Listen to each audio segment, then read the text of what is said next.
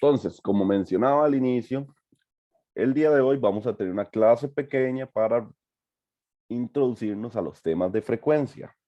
Parte de la clase de hoy es ir a ver 5 videos de respuesta a la frecuencia, que en realidad no son teoría nueva, ¿verdad?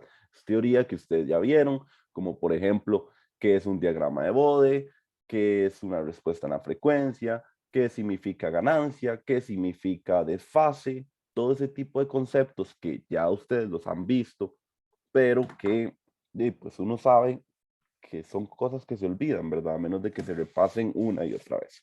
Entonces sepan que todos los conceptos de frecuencia se necesitan para el capítulo 5 y 6, que igual están muy entrerelacionados. Entonces voy a compartir la pantalla y vamos a ver primero qué son los temas que vamos a estudiar en esta tercera parte del curso. ¿Pueden ver la pantalla? Sí, Sí, profe. profe. Ok, genial. Entonces vean que el capítulo 4 y 3 que estudiamos para el anterior examen son capítulos bastante grandes, pero que al final la teoría era muy pequeña. Realmente es casi que cada uno de ellos es una aplicación diferente. En el caso del capítulo 5 y 6, vamos a estudiar la respuesta en la frecuencia que no hemos estudiado para ningún circuito con amplificadores operacionales. Cómo se comporta en la frecuencia. Lo vamos a analizar propiamente para la aplicación de amplificador inversor y amplificador no inversor, porque esas son las configuraciones en que el amplificador hace lo que debía hacer o para lo que nació, ¿verdad? Que era hacer un amplificador, amplificar una señal. Entonces, sí se acordarán de la primera clase que les di hace mucho tiempo, ¿verdad? Puro inicio, cuando entramos en carreras, y estábamos hablando sobre la historia de cómo Harry Black iba en el ferry, que de hecho les puse un ferry como el de Punta Arenas, pero que fijo era un ferry todo bonito. Perdón ahí si alguno aquí es del puerto. Eh, en fin, y que él fue pensando y se le ocurrió la idea de la retroalimentación negativa en un momento de suma inspiración. Y luego les conté que cuando ya se logró crear este amplificador operacional, la primera versión como buena de un amplificador integrado, o sea, ya de un chip integrado, fue el que se llamaba el famoso 709, que lo creó Robert J. Whitler, ya por ahí de 1970, por ahí. Y que yo les dije que este amplificador era ya tan básico que solamente tenía entradas y salidas, como los que vemos hoy en día.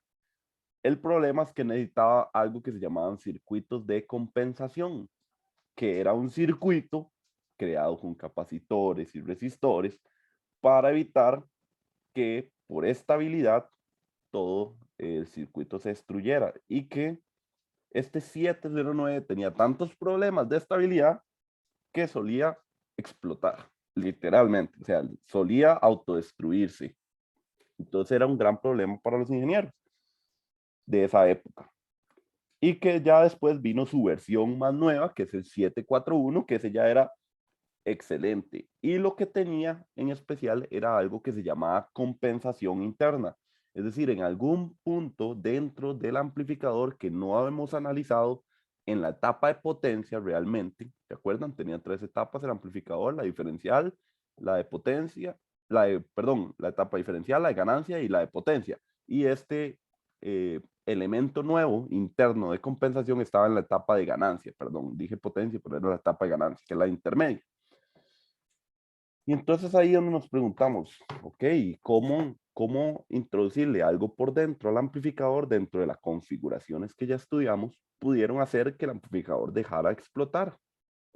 Eso es lo que vamos a ver. ¿Qué significa esa compensación interna? Entonces, aquí en respuesta en frecuencia de circuitos, vean que el 5.1 corresponde a perspectiva general, el espectro de una señal, respuesta de un circuito, diagramas de Bode, que eso pues ya lo estudiamos. Entonces, aquí, bueno, eso ya lo estudiaron ustedes en circuitos 2. Aquí vean que les dejo 5 videos que son de repaso, o sea, no hay que hacer ejercicios de nada, no hay que, por decirlo así, hacer ningún tipo de tarea, o sea, simplemente sentarse a verlos para decir, ah, mira, eso era tal cosa, ah, mira, sí, eso es esto otro, ah, sí, cierto, en eso siempre me iba malísimo. Ese tipo de cosas es las que quiero que desarrollen al ver esos videos. Son videos que duran de 20, 15 minutos, ¿verdad? Tampoco crean que son muy grandes. Son directamente a puntos muy específicos de frecuencia y no vistos directamente desde el análisis de circuitos, ¿verdad? Sino vistos desde el análisis de una caja negra, de una función de transferencia, porque es importante, ¿verdad? Empezar a darnos cuenta que como con amplificadores operacionales podemos crear múltiples etapas y que gracias a sus grandes características de impedancia de salida pequeña, impedancia de entrada muy grande, podemos acoplar una y otra etapa sin miedo a tener pérdidas por acople, lo cual nos hace súper sencillo analizar un circuito en un término de bloques, hacer un diagrama de bloques de cómo funciona cierto circuito a partir de que cada bloque sea una etapa. Entonces, eso es muy posible y por eso este análisis pues nos ayuda bastante, ¿verdad? Entonces, este no es lo que iba a abrir. Vamos a ver un poquito apenas, ¿verdad? Porque me interesa que repasen esos conceptos, si no, no me van a entender muy bien cuando veamos lo que ya es directamente el curso. Vamos a ver. Tampoco quiero. ¿Qué se me hizo esa diapositiva? Un momento, nada más para encontrar la diapositiva. Me falta una diapositiva aquí. Era esa.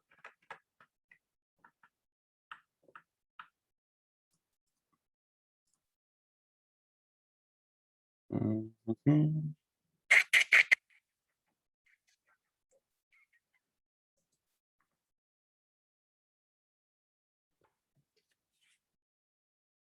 momento, chicos, nada más para observar que es que me falta una diapositiva aquí. Ya la encuentro, déjeme revisar en la computadora. Qué raro que no la haya subido. Un momento nada más.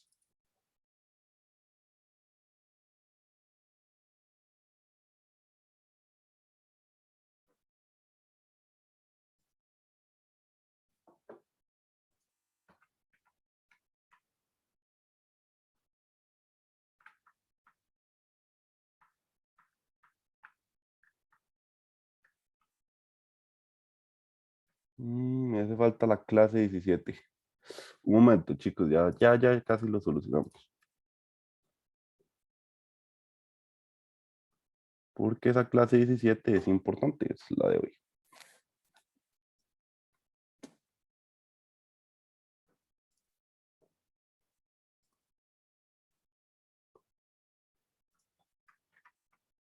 Ok, me voy a ayudar con esta presentación. Ya ahorita se la subo, pero igual esto es para el tercer examen. Vamos a ver.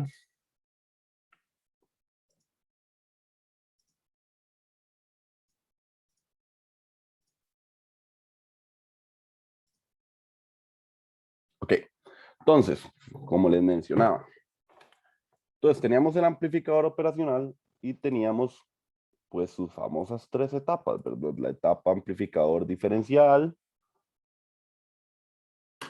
la etapa de alta ganancia y la etapa del amplificador de salida. Un momento. Necesito poner esta pantalla como la primera. Si no, no puedo usar el lápiz. Que pongo la pantalla grande. Tengo 3 monitores. Y uno es una pantalla grande y es en la que juego. Y la última vez me compré Monster Hunter. Entonces estaba jugando. Ahora sí, ya volvimos. Ya volvimos a la clase. Se me hizo. Y listo.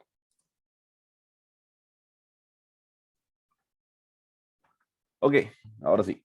Entonces teníamos las 3 etapas, la diferencial, que era la que se encargaba de hacer la resta entre las entradas, y además tenía la opción de corregir el offset, que recordamos que era muy importante cuando hablamos de Amplificación. Tal vez en ciertas aplicaciones el offset puede ser despreciable, pero si estamos hablando de amplificar muy perfectamente una señal, pues el offset es necesario. Entonces lo corregíamos en la primera etapa. Luego viene la etapa de alta ganancia y luego viene la etapa de salida, que era la que manejaba la potencia. Entonces, si vamos a hacer un análisis de un amplificador, no vamos a entrar en tanto detalle como en el capítulo 1, ¿verdad? Pero es necesario ver lo mismo del capítulo 1 para entenderlo. Entonces, tenemos este amplificador que, pues, si ven, lo que está, pues, de cierta manera en un cuadrado difuminado es toda una etapa diferencial, donde tenemos la entrada diferencial, tenemos, pues, un sistema que utilizaba estos transistores Q5 y Q6 para balancearse, y tenemos este transistor QB, que en realidad era una fuente corriente, que al final funcionaba como una impedancia en el modelo en baja señal, que es el modelo que podemos observar aquí. Este modelo, bueno, si lo que pasamos a pequeña señal se vería de esta manera, lo cual ya lo hemos estudiado, ¿verdad? No nos vamos a poner en tanto detalle. Si a este modelo en baja señal, que era este aquí que estamos analizando, le agregamos la etapa en baja señal de potencia, que sería incluir este Q6, ¿verdad? Que ya era parte del sistema, y el Q7, que al final es donde le damos la alta ganancia al circuito, y luego este transistor de aquí vuelve a ser otra fuente de corriente para mantener polarizados esos transistores. Esa es la idea. Entonces vean que esa última fuente de corriente, hasta la QC, se convierte en una impedancia nada más. Por igual, lo mismo, la impedancia de Whitler, ¿se acuerdan? De una fuente de Whitler. Entonces igual, por eso se convierte aquí. Ok, ese es el análisis. Vean que no hemos analizado ecuaciones, ni creo que lo vayamos a hacer hasta más adelante. Ok, si nosotros tomamos aquí como la salida, ¿verdad? Que sería justo aquí, ¿lo ven? Debajo del transistor Q8, y tomamos ese transistor Q8 como parte del modelo en baja señal y analizamos todo en baja señal, vean que al final tenemos la corriente IB6, que depende de la corriente IC2 y de la corriente IC4. Tenemos también unas ecuaciones de IB6 en términos de la corriente 2 y la corriente 3, que sería la corriente este y la corriente este. Y si seguimos trabajando las ecuaciones como ya lo conocemos, pues llegaríamos al final que la corriente base 6 tiene este valor, tomando únicamente la parte diferencial, ¿verdad? Recuerden. Si tomamos la parte diferencial y la modo común, tendríamos este valor de la salida, después de seguir utilizando ecuaciones, tal y como ya lo aprendimos en el capítulo 1. Ok, ok, excelente. Entonces, esto de hecho, yo en una tarea, ustedes tuvieron que haber llegado a este circuito. Este circuito fue parte de una tarea. Entonces, vean que tiene las características que siempre quisimos: una alta ganancia diferencial y una muy baja ganancia en modo común. Ok, pues si seguimos analizando sus etapas de salida, y pues aquí era más de donde teníamos la corriente 6 y cómo se obtuvo la salida, que ya mencionamos, esta que ya había obtenido. Es nada más como aquí estamos viendo fácilmente cómo ordenar los bloques, más que todo. Vean que no he puesto ninguna ecuación ni he dicho dónde salen, porque ustedes pues ya lo saben, aquí que la corriente, que aquí va 101 veces la corriente, entonces vale cercano a 100, por eso vamos a ver aquí estos aproximados. Y pues finalmente, pues teníamos una salida, ¿verdad? Que es esta de aquí. No hemos aprendido nada nuevo hasta el momento. Ok, ahora la pregunta es del millón.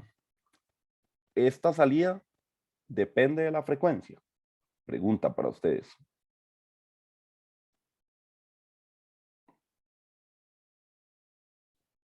O sea, a esta ecuación le preocupa si yo le pongo aquí una señal de 1 kilohertz o le pongo una señal de 2 megas. ¿Afecta en algo la salida? No, ¿verdad? No, ¿verdad? Yo no veo que aquí aparezca realmente algo relacionado a la frecuencia, ¿verdad? Entonces me hace creer, o al menos en este modelo que hemos estado analizando, pues no depende de la frecuencia. O sea que esta salida funcionaría igual si fuera una señal de 1 kHz o si fuera una señal de 2 megas. ¿Qué pasa en la vida real? Que no es así tan simple. Este modelo de pequeña señal que hemos utilizado durante el primer capítulo del curso y es lo que estamos utilizando ahora para mostrar esta salida, tampoco es un modelo tan acertado. Es un modelo que funciona a bajas frecuencias. ¿Cómo sería un modelo a altas frecuencias? Esa es la gran pregunta. Entonces, lo que acabamos sí de aprender es que esta relación de salida funciona para ciertas frecuencias bajas, o eso es lo que yo les estoy contando. Ahora ustedes me dirán, ¿cómo sabemos que una frecuencia es baja? ¿O cómo sabemos cuándo la frecuencia es alta? Bueno, eso va a depender de la respuesta del amplificador. Cuando el amplificador sí puede amplificar una señal a cierta frecuencia y cuando no puede. Entonces, para entenderlo hay que acudir a algo que yo creo que no se ve en electrónica 1, que son que los diodos tienen capacitancias también. ¿Eso se ve en electrónica 1? La verdad ¿Recuerdan que yo haber me visto? acuerdo, no, profe. Ok, genial. Entonces, vean el análisis que vamos a hacer del diodo. Entonces, tenemos el diodo, tenemos un material N y tenemos un material, perdón, un material N y tenemos un material P. Uno tiene exceso de cargas negativas y el otro tiene exceso de cargas positivas. Cuando uno hace la unión del diodo, ¿verdad? Ya sabemos que hay una zona que se recombina, que esa es donde se forma la barrera potencial, y esa zona es una zona que no tiene cargas porque están unidos los huecos con los electrones, es decir, se canceló la carga ahí. Esto, al haber aquí un espacio sin nada y del otro lado cargas positivas y el otro lado cargas negativas, eso es prácticamente lo mismo que un capacitor. Tenemos un lado cargado positivo, un lado cargado negativo, un espacio en el centro de algún material, igual en un capacitor, nada más que muchas veces puede ser aire, muchas veces puede ser algún líquido, puede ser papel, puede ser cerámica. En este caso tenemos material N y P recombinado, que ya ni siquiera es material N o material P, es material de los dos recombinados, que es neutro, no tiene carga. Bueno, si hacemos la fórmula clásica de la capacitancia de un capacitor, eso es igual a la permeabilidad, a la permitividad por el área entre esa distancia. Que si tomamos en cuenta valores de la fabricación del diodo, como ya vimos alguna vez en la primera clase del curso, que esto depende del número de portadores, por la carga del electrón y demás. Eso sería esa es la tensión, ¿verdad? Esa barrera de potencial. Pues finalmente podemos darnos cuenta que existe esta capacitancia inicial que le llamamos eh, como una capacitancia formada por la fabricación, que al final se ve involucrada en lo que llamamos la capacitancia de transición o de agotamiento, que es una capacitancia que se forma cuando ya polarizo el diodo de manera directa, de manera indirecta, es decir, inversa. Entonces yo polarizo este diodo de manera inversa, vean que aquí, como le estoy poniendo la batería, es inverso como debería ser, de la polarización directa, se me genera, bueno, ese espacio entre el diodo que se formó de recombinación, como lo polaricé inversamente, y pues las cargas negativas que están ubicadas aquí a la derecha, pues se ven atraídos por el positivo de la fuente y las cargas positivas o falta de electrones en el material P se ve atraído por el negativo de la fuente, lo que hace este espacio más grande. Eso es lo que sucede cuando uno polariza el diodo inversamente. Al haber un espacio mucho más grande, no permite el flujo de corriente. Cuando estamos en ese estado, tenemos esta capacitancia, que se llama capacitancia de zona de agotamiento o transición. Es un tipo de capacitancia, piénsenlo así. Entonces, lo que les estoy diciendo es que el modelo que ustedes estudiaron del diodo, donde el diodo es simplemente esto de aquí, ¿verdad? Este elemento, realmente al final el diodo es algo así. Realmente ese es un modelo más real del diodo. Cuando solo utilizamos este elemento, realmente solo estamos diciendo es un modelo mucho más ideal. No es el ideal ideal donde solo vale como un abierto o un cerrado, pero no es el real real donde estamos tomando en cuenta la capacitancia, porque esto está sucediendo físicamente, o sea, no podemos decir nada más, amigo, no tengas capacitancia, ¿verdad? Esto ya sucedió por su funcionamiento, por las leyes físicas, se forma una capacitancia, hay que tomarla en cuenta cuando vayamos a hacer alta frecuencia. ¿Por qué? Porque si ustedes se acuerdan, acordarán de la reactancia capacitiva.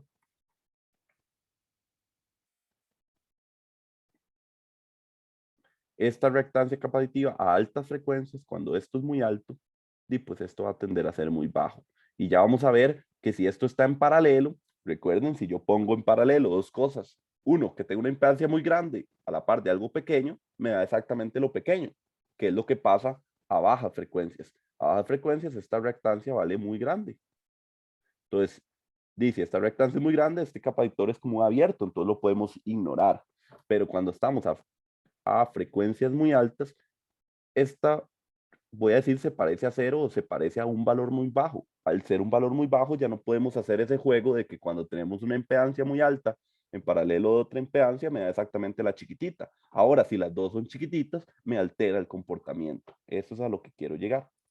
Entonces, esa es la primera capacitancia que tiene un diodo. Vayan dándose cuenta que si un diodo tiene capacitancia, el transistor también lo va a tener, porque al final el transistor es como dos diodos. Entonces esa es la primera capacitancia que vamos a estudiar. La segunda se llama la capacitancia debido al proceso de difusión. Esta capacitancia sucede cuando más bien polarizamos el diodo de manera directa. Al polarizarlo de manera directa, es cierto, los electrones van a empezar a fluir a través de los materiales, pero va a haber un efecto de generarse una capacitancia al final por esa recombinación que se da por el movimiento de los electrones. Recuerden que al final, si aquí hay huecos, y pues si, por ejemplo, un electrón, la corriente va en esta dirección, es decir, los electrones van en esta dirección, se van en esta dirección los electrones, y un electrón va a querer pasar hacia allá. Entonces dice, hay una serie de huecos, él tiene que recombinarse, descombinarse, recombinarse, descombinarse. Ese efecto de recombinación, una y otra vez, para que el electrón logre atravesar el diodo, genera una capacitancia de otro tipo, que se llama, pucha, se me movió la diapositiva, que se llama capacitancia por el proceso de difusión. Esa capacitancia es mucho más grande que la capacitancia por transición. Tiene mucho valor. Entonces eso también es importante, saber qué capacitancia es más fuerte que la otra, ¿verdad? Vean que se vuelve mucho más grande, es mucho más grande la difusión. Entonces también eso hay que tomarlo en cuenta en algún momento. Y aquí les muestro cómo se calcularía la corriente directa por un tau entre la tensión del diodo, donde ese tau es el tiempo promedio de recombinación de un electrón hueco. Entonces ya sabemos que el diodo, si yo lo polarizo en esta dirección, más menos, que la polarización directa, tendremos una capacitancia que le llamamos capacitancia de difusión. Y si yo polarizo el diodo de manera inversa, tenemos una capacitancia que es la de transición o de agotamiento, le llamamos también. Entonces ya sabemos que dependiendo de cómo yo polarice el diodo, tenemos una capacitancia diferente. Entonces, como les dije, para que se lo vayan imaginando, eso significa que si el transistor también es un material NPN o PNP, también tiene capacitancias. Estas muchas veces se les llama capacitancias parásitas también. Pueden verlo por ahí en alguna parte de la literatura que le llamen así, porque son capacitancias que nosotros realmente no deseamos, ¿verdad? A nosotros nos encantaría, así nos llenaría de alegría que los diodos no tuvieran estas capacitancias, porque eso haría que mi amplificador a cualquier frecuencia funcione siempre igual. Sin embargo, ya vamos a ver cuál es el efecto de esas capacitancias, qué tienen de negativo esas capacitancias. Entonces, al igual que en un diodo hay capacitancias, en un transistor también la hay. Recuerden que al final, si el transistor es un material NPN o PNP, vean que esto es lo mismo que un diodo polarizado hacia acá y un diodo polarizado hacia acá. prácticamente, vean, PN y NP. Entonces son como dos diodos al final del transistor. Lo que provoca que tenga dos capacitancias a la vez. Una polarizada en inverso, porque vean que este diodito de arriba al final va a estar polarizado inverso. Y otra capacitancia de difusión, porque vean que al final este PN va a estar polarizado directamente, pensando en que yo le pongo una alimentación más o menos entre colector y emisor. Entonces vean que provoco esas dos capacitancias. O sea, perdón, estamos en el caso que ya analizamos del diodo, donde veíamos que para cada caso tenía una capacitancia diferente. Entonces lo mismo pasa con el transistor, si lo pensamos de esta manera. En el modelo en baja señal del transistor es donde aparecen esas capacitancias, donde las tomamos en cuenta, porque es donde vamos a tomar señales que tienen frecuencia. Recuerden, el modelo en DC solo sirve para encontrar los puntos de operación a la cual está trabajando el transistor, pero el modelo en AC, el modelo en pequeña señal, es el que realmente me dice cuál va a ser la ganancia ante mis verdaderas entradas, ¿verdad? Mis señales de entrada, no la alimentación, las señales de entrada, las que entran en V más y en V menos. Entonces, para un transistor NPN, estas son sus dos capacitancias. Una capacitancia que le vamos a decir BC, que al final, vean, es la mismo que una capacitancia de transición, porque es la que está polarizada en contra. Ven que va de base a colector, ¿ven? Como el diodito de PAN, el que está polarizado inversamente, ¿lo ven? Y tenemos otra capacitancia que era la de polarizado a favor, que le llamamos de difusión, y es esta BE, que vean que es la que hay de la base al emisor, del material PALN, el diodito que sí está polarizado a favor. Entonces aquí vean donde aparecieron esas dos capacitancias en nuestro modelo en baja señal. Blow mind, te fijo, porque vean que si era incómodo trabajar un modelo en baja señal, ahora que me atraviesen esos capacitores ahí, ¿qué va a suceder? E igual se cumple la misma relación que ya estudiamos para el diodo. ¿Cuál capacitancia es más grande? Y es más grande la de polarizado a favor, la de difusión. Y aquí les muestro el PNP en su modelo en baja señal, tomando en cuenta también ya sus capacitancias parásitas. Okay. Entonces, volviendo a nuestro análisis anterior, voy a suponer lo siguiente. Voy a suponer de todo el circuito que vimos al inicio, ¿verdad? Que lo analizamos, baja señal, cada vez incorporamos más etapas hasta llegar a la etapa de salida, ¿verdad? Voy a analizar ese mismo únicamente en esa etapa de salida. Ven que aquí está la corriente base 6 y luego ya viene el último transistor, que era el de potencia, y la salida. ¿No? Aquí estaba la salida. Entonces voy a suponer que únicamente, estoy suponiendo, ¿verdad? Únicamente el capacitor que tiene el transistor de potencia, el último, es el único que tiene capacitancias parásitas. Vean que esto es solo una, por decirlo así, una suposición ideal. Desde que estamos trabajando en un mundo cada vez más real, tengo que seguir haciendo cosas ideales para entender. Entonces, en este caso, únicamente este transistor tiene capacitancias parásitas, únicamente. Ya después vamos a analizar qué pasa si metemos más capacitancias parásitas, como a este otro. Pero ahorita solo este tiene. Entonces, aquí para pasar de este circuito a este circuito, no hice absolutamente nada. Es simplemente reacomodé la forma en que se ve el circuito. Vean que aquí está la salida sobre RC, aquí está la salida sobre RC. Vean que a la punta de esa salida le llega la corriente, vean que la punta de esa salida le llega la corriente. Luego esa punta está unida a un capacitor, está aquí el capacitor, y luego está esta HIE que nace desde tierra, vean, está conectada aquí la tierra, pasa la resistencia y llega a la punta del capacitor. Tierra, pasa la resistencia y llega a la punta del capacitor. ¿Lo ven? Es exactamente el mismo circuito, nada más que ordenado de una manera más cómoda para la vista. Solamente es eso, ¿verdad? Más cómodo para la vista. Vean que todos los puntos de conexión siguen siendo los mismos. O sea, tampoco he hecho ni resistencias en paralelo, ni capacitancia en paralelo, no he hecho nada. ¿Ok? Ok. Aquí vamos a ver un teorema nuevo que no es como que tengan que aprendérselo para algún ejercicio, ¿verdad? Porque les dije que esto no se evalúa así de esta manera, sino que esto es para entenderlo. Y se llama el teorema de Miller. Así lo van a encontrar en la literatura. Teorema de Miller. Y lo que dice es que, digamos, si yo tengo una red de este tipo, este es un teorema súper viejo de circuitos, pero nos sirve para hacer un análisis.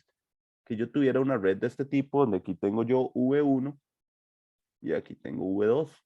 Bueno, lo que dice el teorema de Miller es que esta red que yo estoy analizando, pensando que esta caja negra puede ser RLC, cualquier elemento pasivo, es exactamente igual a que yo diga V1,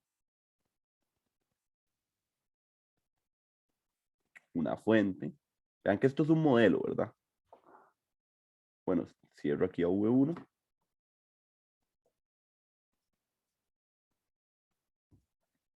Y de este lado tengo otra fuente,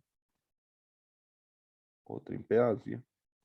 Y aquí tengo V2. O sea, es un modelo, es convertir esto en esto para que matemáticamente sea lo mismo, ¿verdad? No es que los circuitos se transforman, ¿verdad? Eso ya deberíamos saberlo alguna hora.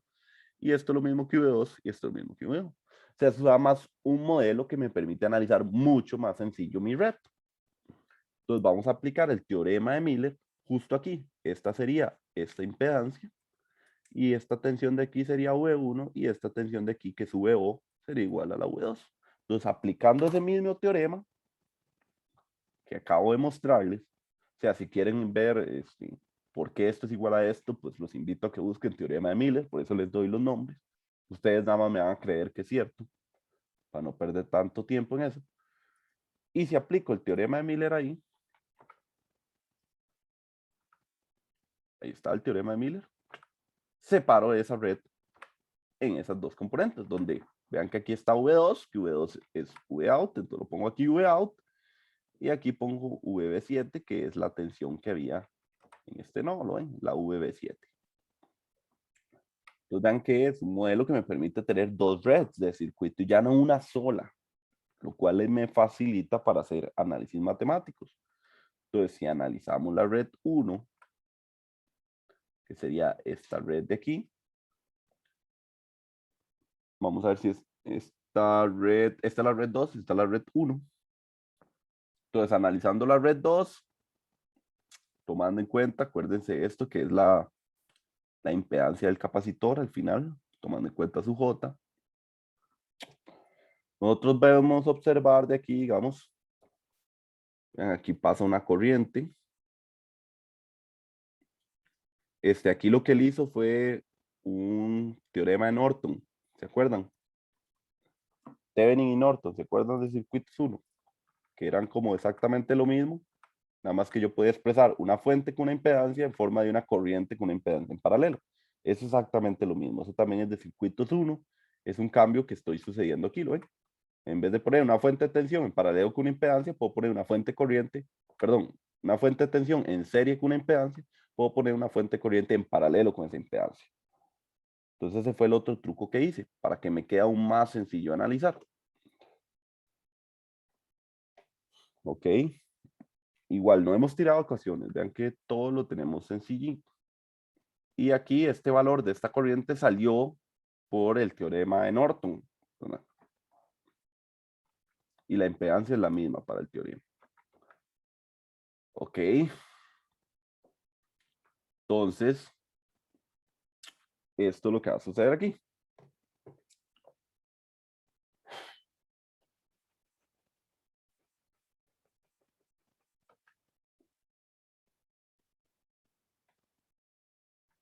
Vamos a ver qué fue lo que hice aquí.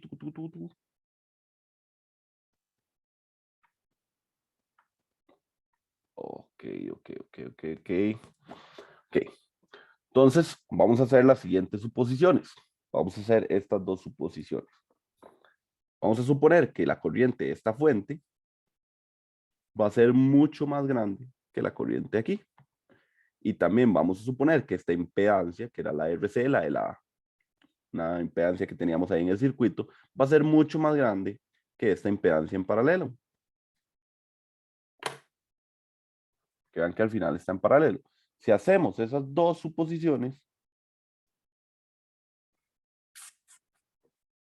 podemos convertir el circuito en esto de aquí, o sea, eliminar esa capacitancia de ahí y esa fuente, porque son muy pequeñas en relación a esto de aquí. ¿Ok? Y aquí les ponía los valores que más o menos calculados para que se den una idea de cuánto valen esos valores.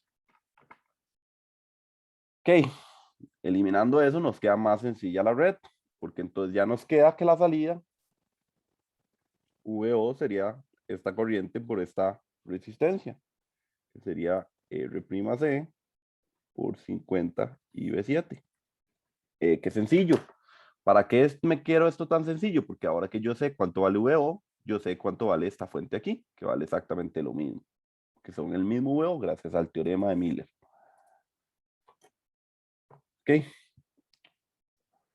Luego, si analizamos ya ahora esta otra malla, tengo esta corriente aquí, que al final vean que es la suma de esta corriente, más menos la corriente que puede ir para allá. Eso puede ser esta más esta. Y finalmente vamos a llegar a una relación de la corriente.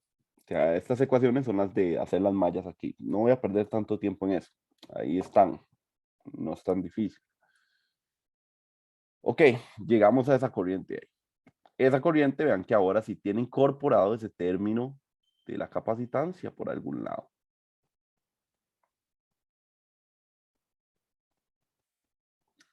Ok.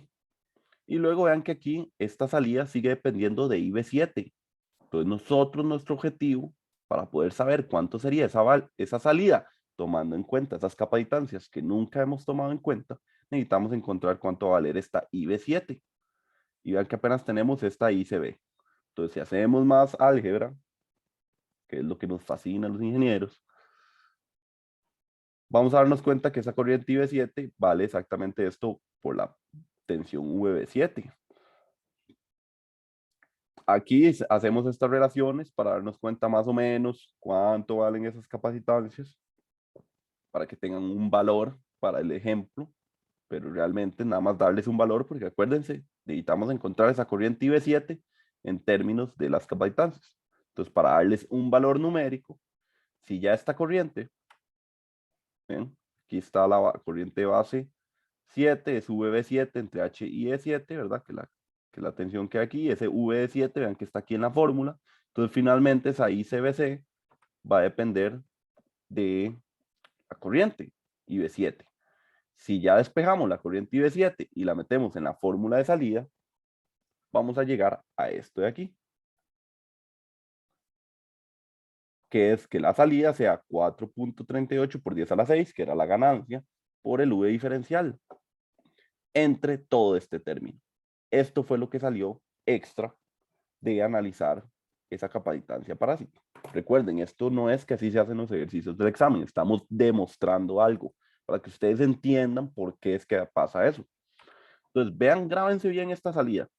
¿Lo ven? Aquí están los valores adentro de la capacitancia, que si ya les damos esos valores numéricos que dijimos, esta sería la salida. Vayan vayan viendo la forma. Ahora vean la salida que obtuvimos al final. Haciendo análisis de circuitos, encontrando valores, nada fuera de lo normal. Y vamos a verla cómo era la salida antes de analizar las capacitancias. Vean cómo era la salida. 4.38 por 10 a la 6 VD. Y cuando incorporamos una capacitancia, nos dio 4.38 por 10 a la 6, la misma ganancia, nos dio eso, no afectó, pero nos puso un término abajo que depende puramente de la frecuencia. Esto de aquí abajo, a los que ya recuerdan algo de análisis de la frecuencia, esto es un polo o un cero.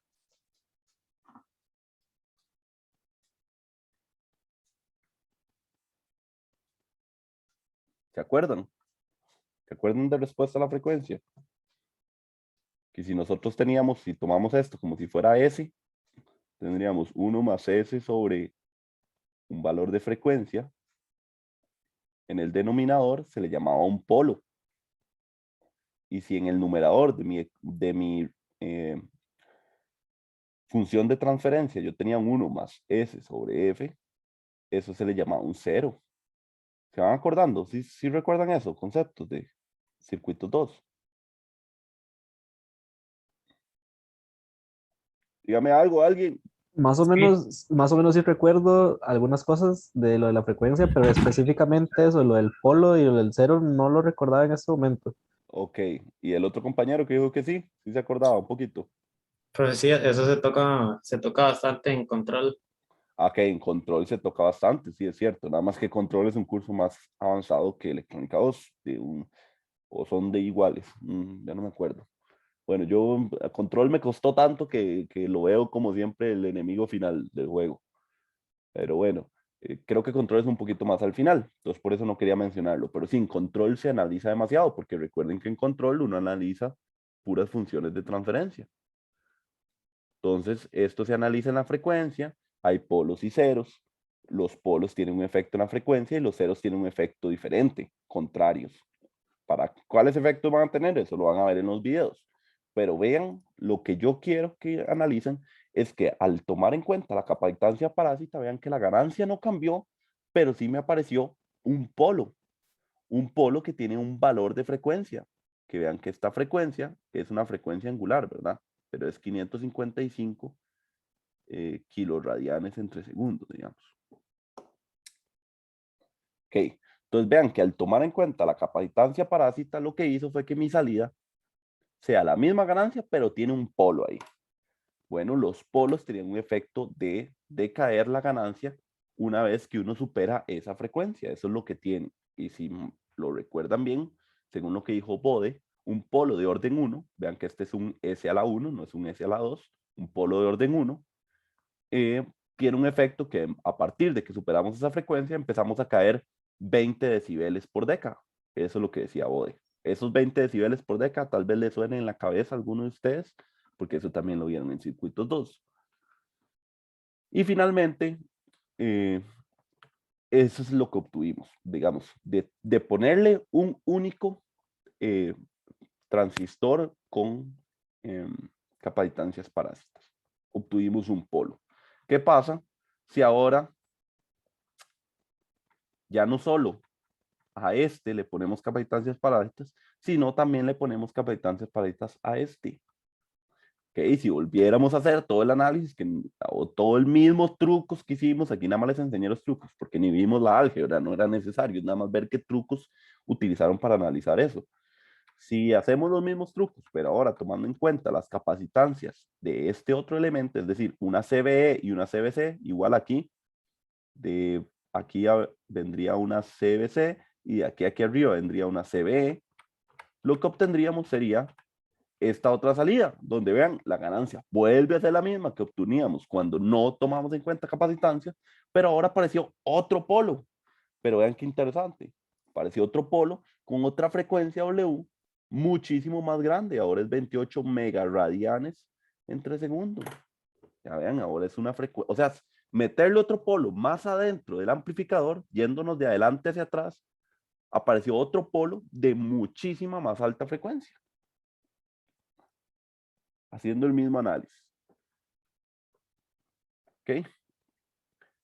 Entonces eso sería tomando en cuenta otra capacitancia, ¿lo ven? En este otro transistor. Ahora, si nos vamos aún más para atrás, y recuerda, aquí tenemos el IB6, que sería aquí. Teníamos este IB8 y le tomamos a este IB6. Y si ahora le tomamos también a este IB7, es decir, 3 capacitores con capacitancias parásitas, ¿qué vamos a obtener? Esta salida, la cual, vean, es la misma ganancia, pero apareció el polo que habíamos tomado, el primer capacitor, el polo de los segundos capacitores del transistor, y el tercer transistor aparece otro valor de otra frecuencia más alta.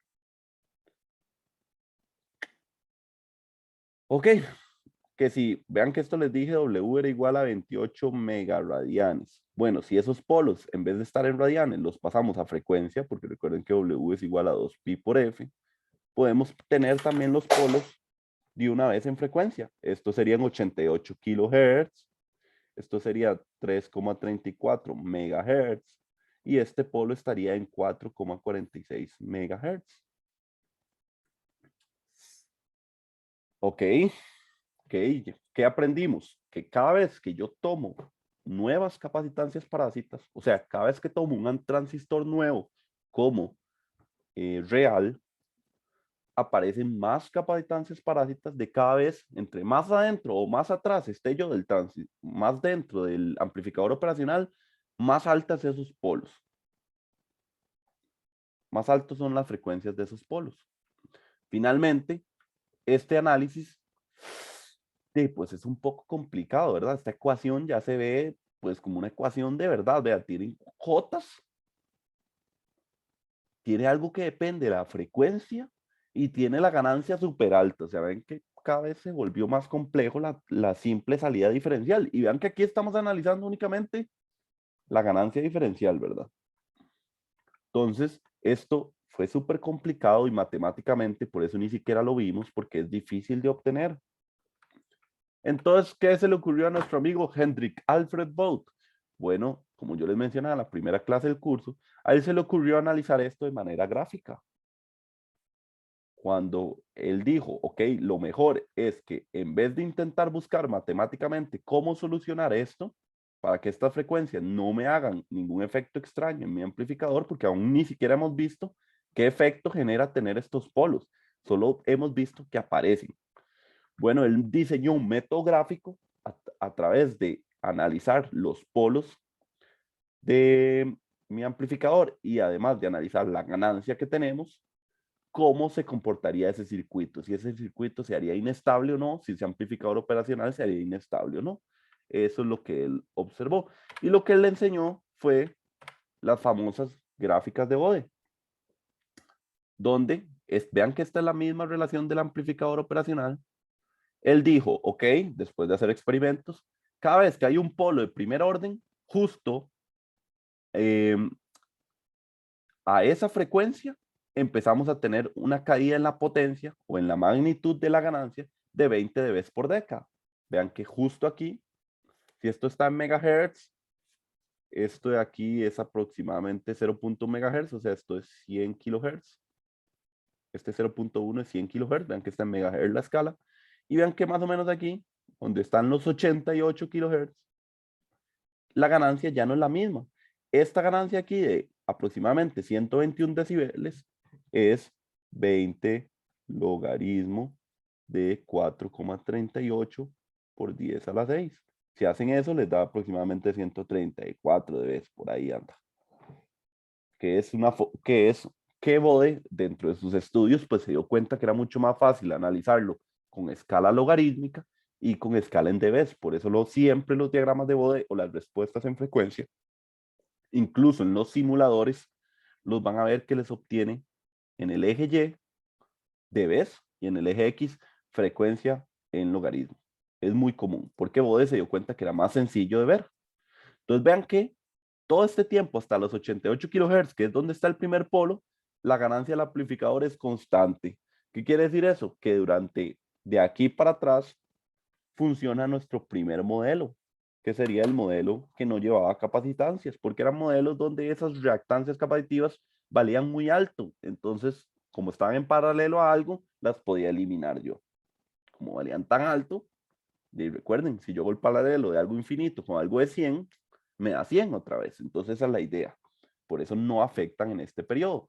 Pero cuando superamos la frecuencia de 88 kHz, conforme avanzamos en una década, en frecuencia de una década sería hasta los 880 kHz, que sería justo aquí. Hasta ahí, digamos, si no hubieran estos otros polos, esto sigue cayendo infinitamente a 20 dB por década por el efecto de ese polo. Si no existiera los demás polos, esta gráfica sería así recta. Luego, cada polo lo que agrega es que a partir de esa frecuencia empieza a caer una pendiente de menos 20 dB por década. Es decir, vean que aquí se nota el punto, aquí donde yo estoy marcando son esos 334. Por eso dice que aquí, en esa pequeña línea, estamos cayendo a 40 veces por década. Y vea que un poquito de frecuencia más se activa el tercer polo, que a partir de ese tercer polo empieza a caer otros menos 20 veces por década. Entonces, menos 20, menos 40, menos 60. Finalmente, cuando hemos superado esta frecuencia, caemos a menos 60 veces por década. Esto, si lo ven, todo esto, ese análisis que yo acabo de hacer de dBs por deca, es lo que inventó Bode. Y eso nos permite fácilmente graficar a mano, porque vean que lo podría graficar a mano con una regla. Estábamos hablando de cuando Bode descubrió esto, fue en 1940. Pues imagínense, no hay una computadora para decirle que grafíqueme eso, ¿verdad? Hay que hacerlo a mano. Entonces así fue como Bode logró reconstruir fácilmente la respuesta a la frecuencia. ¿Esta respuesta a la frecuencia en la vida real es así? No. Lo de Bode también es una aproximación. Más o menos en la vida real, esta curva sería como así. Como así. Y aquí haría como así, y aquí era como así. O sea, es un poquito diferente, pero la forma es muy similar. Entonces, por eso, pues funciona, al final funciona. Tal vez aquí exageré demasiado, el modelo real se parecería un poquito más pegado, pero era para que ustedes pudieran ver que no tendría cambios bruscos, sino como, sería como curva, ¿verdad? No sería así como, ¿verdad? Si usted la gráfica en un simulador, normalmente les va a dar como una curvita, como suavizada, ¿verdad? Estos puntos rectos es por la aproximación que se inventó Bode, que por dicha él lo inventó, porque eso agilizó demasiado el análisis de la frecuencia. Entonces, esto lo que quiere decir, esta gráfica aquí donde yo la veo es que, ok, la ganancia del amplificador es esa grandísima, pero solo es así hasta cierta frecuencia. Después, ahí en adelante, empiezan a actuar las capacitancias parásitas de los transistores, modelándose como polos y haciendo que el amplificador pierda ganancia. ¿Qué quiere decir esta gráfica? Que si yo pongo el amplificador una señal de, por ejemplo, aquí 1 kHz, digamos, le pongo una señal de 1 kHz, la ganancia o la salida sería 4.38 por 10 a 6 la entrada, ¿verdad? Pero si yo utilizara una señal de una frecuencia de, por ejemplo, aquí serían aproximadamente 300 MHz, y tendría 0 dB, que equivale a una ganancia de 1.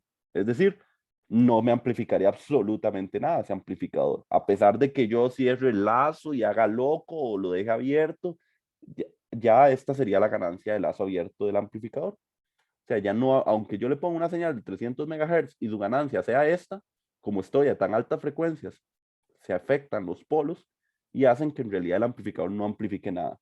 Y ni qué les digo para señales mucho más alta frecuencia, más bien llegaría menos señal a la salida del amplificador. ¿Ok? Eso sería por un lado. Por otro lado, Bode también enseñó a graficar la fase, cómo se desfasa la señal de salida con respecto a la entrada. Y eso es importante porque vamos a ver que hay estudios o técnicas de estabilidad de cómo hacer que el amplificador siga funcionando a altas frecuencias y depende de cómo manejamos la fase. Por aquello, ¿cómo se dibujaría esta fase? Bueno, Bode lo que dijo es que cada polo agrega menos 90 grados a la fase, que esos menos 90 grados se empiezan a aplicar una década antes, empezamos a bajar 45 décadas, 45 grados por década. Vean que justo aquí están los 88. Vean que justo aquí empezamos a bajar una década antes y justo en ese valor tenemos que haber llegado a menos 45. Y una década después seguimos bajando 45 hasta llegar a 90. Si no existieran estos polos, si no existiera este polo ni esta gráfica sería así nada más. Ya después lo vamos a repasar de cómo se hace, cómo se grafica. Pero esta gráfica sería únicamente así. Y este otro efecto no vendría, porque estos otros 90 dB y estos otros menos 90 grados por década son los efectos de cada uno de estos polos. Un polo, lo máximo que agrega, un polo simple, ¿verdad? Son menos 90 grados. Entonces, ven, así sería si solo tuviéramos uno. Como tenemos varios polos, pues vean que la fase se fue un montón, hasta como menos 270 llegó y ahí se quedó quieta, porque al final menos 90, menos 180, menos 270, ya no se puede aplicar más cambios en la fase. Eso también lo descubrió hoy. La siguiente clase, que sería el jueves, que ya tenemos tiempo, que ya ustedes han repasado los videos de respuesta a la frecuencia, vemos cómo se grafica esto a partir de mi función de transferencia o mi función del filtro, y luego vamos a ya observar cómo analizar estas curvas para nuestros circuitos. ¿Está bien? ¿Tienen alguna pregunta? Muchísimas, dicen. Un montón, pero ahorita para el examen. Ok, está bien. Entonces, la clase de hoy la vamos a dejar hasta aquí. Recuerden, por favor, ustedes que son los que siempre están en la clase, porque hey, los otros o trabajan o ven los videos, pero entonces ustedes que están en tiempo real llevando el curso, recuerden para la próxima clase, los pueden ver el jueves en la pura mañana, se levantan, echarse estos 5 videos. Se sientan con el café de la mañana antes de que empiece la clase, o lo ven el miércoles, o no sé, en fin, la idea es que los vean antes de, dudo que el miércoles, pues el miércoles es el examen, pero que los vean al menos el jueves en la mañana, para que ya vengan un poquito más repasado de los conceptos que yo voy a hablar, porque si yo me pongo a explicar cada uno de los conceptos de estos videos, nos da, pues, perdemos como 2 clases, mientras que estos videos ya están súper resumidos, tienen todo súper visual, entonces son una buena serie de videos para entender estos términos de hoy. ¿Está bien? Entonces, con eso terminamos la clase de hoy. Muchas gracias. Si tienen alguna consulta o algo así, las puedo atender. Voy a dejar de grabar esto.